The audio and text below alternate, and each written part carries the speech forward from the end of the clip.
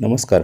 तुम्ही पाहत आहात स्पंदन एक्सप्रेस आणि आजच्या स्पेशल रिपोर्टमध्ये आपण एका अत्यंत जागृत आणि रहस्यमय देवस्थानाच्या प्रवासातील एका गंभीर समस्यावर प्रकाश टाकणार आहोत. सातारा जिल्ह्यातील पाटण तालुक्यातून 18 किलोमीटर अंतरावर दिवशी खुर्द येथे वसलेले श्री क्षेत्र धारेश्वर मठ हे एक प्राचीन आणि स्वयंभू महादेवाची साक्ष देणारे पवित्र देवस्थान आहे. निसर्गरम्य वातावरण, पावसाळ्यात उंच कड्यावरून कोसळणारे पाण्याचे धबधबे आणि आजूबाजूचा हिरवागार निसर्ग यामुळे हे केवळ एक देवस्थान नसून एक प्रसिद्ध पर्यटन स्थळही बनले आहे.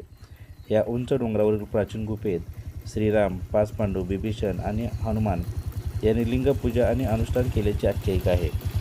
प्रयागसम पवित्र मानल्या जाणाऱ्या या क्षेत्रात श्रीरामाच्या शिरातून आणि पर्वत उपक्षेत्रातील धडातून दुग्धगंधा येते असा भाविकांचा विश्वास आहे. येथे येणाऱ्या भाविकांना राष्ट्रसंत डॉक्टर निळकंठ शिवाचार्य महास्वामीजी व बालयोगी आदिराज बाबा शिवाचार्य महास्वामीजी यांचे मोलाचे मार्गदर्शन नेहमीच लाभत असते.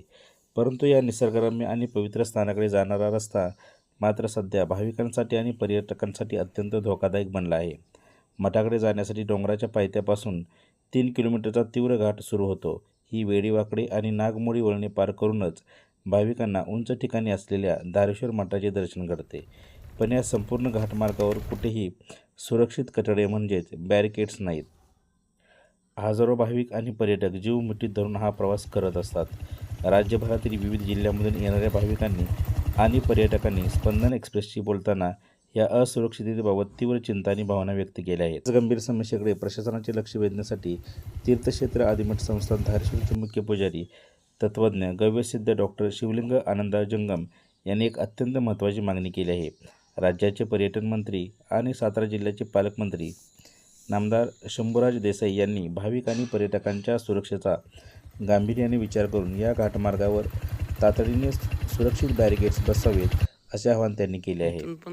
वाढता पर्यटन आणि भाविकांची गर्दी पाहता एखादी मोठी दुर्घटना घडण्याआधीच प्रशासनाने आणि विशेषतः पालकमंत्र्यांनी याकडे तातडीने लक्ष देणे अत्यंत गरजेचे आहे. प्रशासनाकडून धारेश्वर घाटमार्गावर लवकरात लवकर सुरक्षा कठडे उभे राहतील आणि हा प्रवास सुरक्षित होईल हीच स्पंदन एक्सप्रेसची ही अपेक्षा आहे. स्पंदन एक्सप्रेससाठी संपादक संदीप डाकवेसह प्रतिनिधी राजेंद्र पुजारी आणि टीम स्पंदन एक्सप्रेस, तळमोले.